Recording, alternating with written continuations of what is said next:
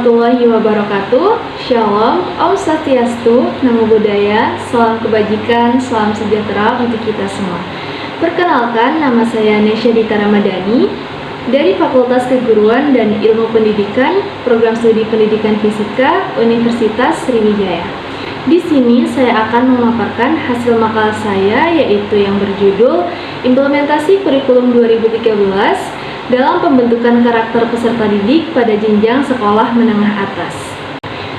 Sebelumnya, di sini saya ingin mengucapkan terima kasih kepada Bapak Apit Fathur-Rahman SPD MSI PhD yang telah membimbing saya menyelesaikan makalah ini sehingga terselesaikan tepat pada waktunya. Tujuan pendidikan di Indonesia adalah untuk menciptakan seseorang yang tidak hanya berkualitas tetapi juga berkarakter. Metode yang digunakan dalam penulisan ini yaitu studi literatur dengan mengambil dari literatur yang relevan dan dianalisis menggunakan berbagai sumber antara lain jurnal, buku, artikel, dokumen, dan sumber lainnya. Kesimpulannya adalah kita dapat memahami bahwa pengembangan karakter dan konsep pendidikan sangatlah penting. Namun dalam penerapannya, pada situasi saat ini terdapat permasalahan pada implementasi tujuan pembelajaran berbasis karakter kurikulum 2013. Beberapa dari permasalahan tersebut diantaranya adalah masih banyaknya peserta didik yang sudah bergantung pada teknologi dan enggan melihat dirinya sebagai manusia, sehingga pengembangan karakternya semakin sulit. Kemudian, sulit bagi guru untuk memilih media, metode pengajaran, dan rencana pembelajaran untuk guru yang tepat karena mereka kurang memahami teknologi, sehingga pembelajaran menjadi tidak efektif. Perubahan kurikulum menuntut mengedepankan pendidikan berbasis karakter yang bertujuan untuk membangun karakter anak bangsa. Hal ini didasarkan pada fakta dan anggapan masyarakat tentang menurunnya kualitas sikap dan moral anak-anak atau moral generasi muda. Fakta lain dalam kehidupan nyata ini tidak hanya satu atau dua masalah saja yang kita temukan di masyarakat, tetapi banyak sekali para siswa yang tidak memahami fungsi dan tanggung jawabnya sebagai peserta didik. Misalnya, banyak siswa yang melakukan pelanggaran seperti tawuran antar sekolah, narkoba, dan bahkan melakukan kekerasan. Hal ini secara tidak langsung menggambarkan betapa kurangnya karakter dalam diri siswa tersebut.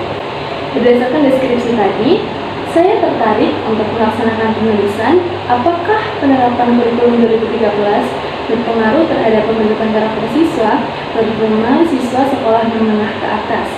Alasan saya melaksanakan penulisan ini pada siswa SMA karena siswa SMA dikategorikan pada proses belajar yang masih muda untuk diberikan implementasi pendidikan karakter. Baik, berdasarkan latar belakang yang telah saya uraikan tadi, maka rumusan masalah dalam penulisan ini adalah yang pertama, apakah penerapan kurikulum 2013 memiliki pengaruh terhadap pembentukan karakter siswa? Dan yang kedua, kendala-kendala apa saja sih yang ditemui para guru dalam menerapkan kurikulum 2013 terhadap pembentukan karakter siswa?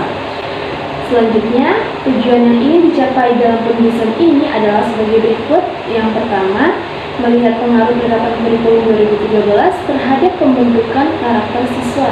Dan yang kedua, menganalisa kendala-kendala yang dihadapi oleh guru dalam menerapkan kurikulum 2013 terhadap pembentukan karakter siswa.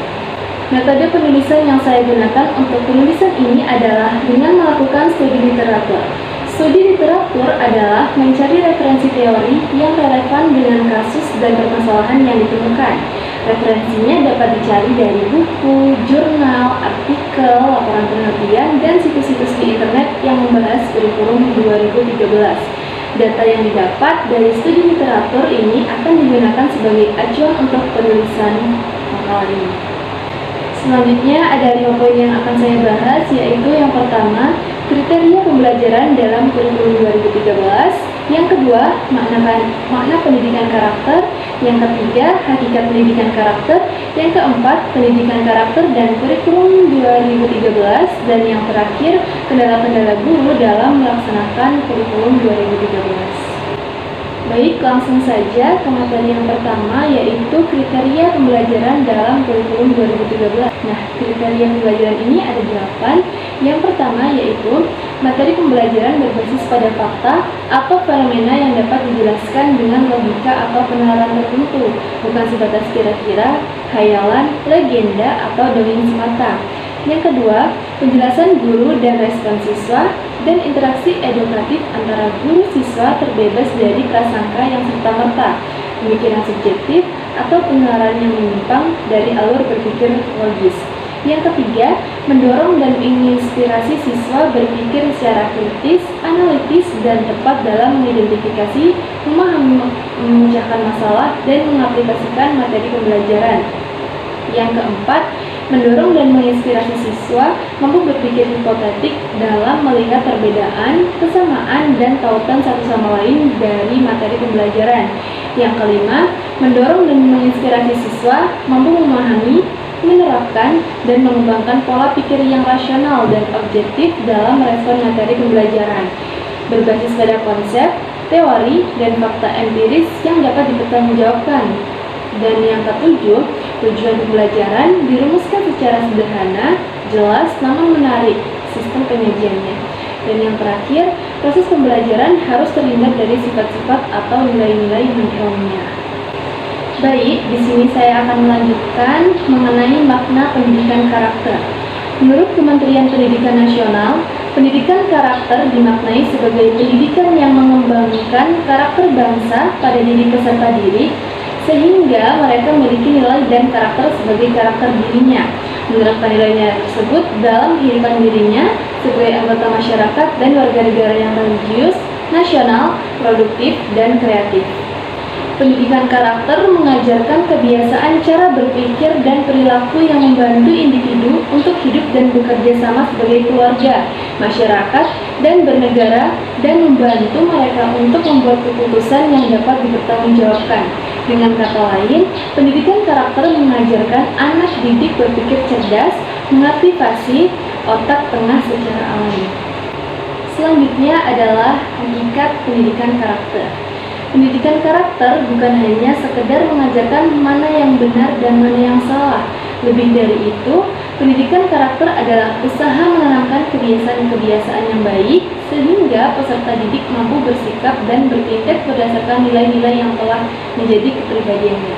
Dengan kata lain, pendidikan karakter yang baik harus melibatkan pengetahuan yang baik atau moral knowledge, perasaan yang baik atau loving good, moral feeling, dan perilaku yang baik atau moral action, sehingga terbentuk perwujudan kesatuan, perilaku, dan sikap hidup peserta didik.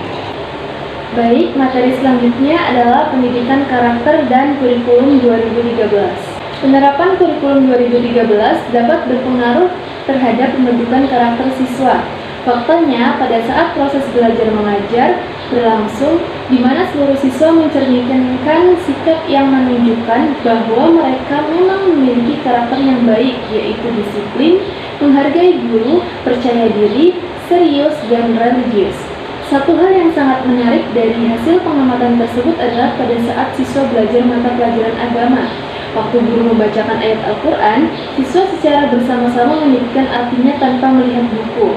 Fakta tersebut dapat mendukung apa yang dikatakan oleh Kementerian Pendidikan Nasional, bahwa pendidikan karakter dimaknai sebagai pendidikan yang mengembangkan karakter bangsa pada diri peserta didik, sehingga mereka memiliki nilai dan karakter sebagai karakter dirinya, menerapkan nilai-nilai tersebut dalam kehidupan dirinya sebagai anggota masyarakat dan warga negara yang religius, nasionalis, produktif, dan kreatif. Di samping itu, pada saat proses belajar mengajar berlangsung, implementasi kurikulum 2013 dilaksanakan sebaik-baiknya oleh guru dengan pendekatan scientific atau scientific approach, sehingga tercipta suasana belajar yang sangat kreatif dengan cara menggali informasi melalui bertanya, pengamatan, kemudian mengolah informasi tersebut secara bersama-sama antara guru dan siswa. Proses ini menciptakan keterampilan siswa dalam menganalisa dan mencerna apa yang ditanyakan guru, sehingga terjadi perubahan sikap ke arah yang lebih kreatif dan inovatif. Ada beberapa kendala yang dirasakan oleh guru dalam pelaksanaan penerapan kurikulum 2013, yaitu yang pertama, untuk melaksanakan kurikulum 2013 diperlukan sarana dan prasarana yang memadai. Yang kedua, guru dituntut harus kreatif dalam pelaksanaan proses belajar mengajar, harus mampu menciptakan suasana belajar yang kondusif. Kreativitas guru harus didukung oleh sarana yang ada. Yang ketiga, jumlah siswa masih banyak pada setiap kelas, sehingga guru tidak dapat sepenuhnya memantau aktivitas proses belajar mengajar yang sedang berlangsung. Yang keempat, rasio guru dengan siswa belum berimbang, sehingga sulit untuk menjadikan kelas dengan jumlah siswa yang memadai untuk pelaksanaan proses belajar mengajar. Jadi kesimpulannya adalah penerapan kurikulum 2013 dapat membentuk karakter siswa ke arah yang lebih baik. Hal ini terlihat pada karakter yang tampak pada diri siswa, yaitu karakter disiplin, menghargai guru, percaya diri, serius, dan religius. Fakta pendukung pada poin ini adalah hasil analisis data melalui. Dan yang kedua, kendala-kendala yang dirasakan. Kemudian, untuk kendala-kendala yang dirasakan oleh guru adalah belum memadainya sarana dan prasarana untuk menunjang kegiatan belajar mengajar, sehingga menghambat kreativitas yang sudah dipersiapkan. Di samping itu, ada juga kendala jumlah siswa yang tidak sesuai dengan jumlah yang ideal, sehingga menghambat pemantauan guru dalam proses belajar mengajar. Baiklah, mungkin itu saja yang dapat saya sampaikan. Semoga teman-teman sekalian dapat memahami isi makalah yang saya buat. Saya akhiri. Wassalamualaikum warahmatullahi wabarakatuh.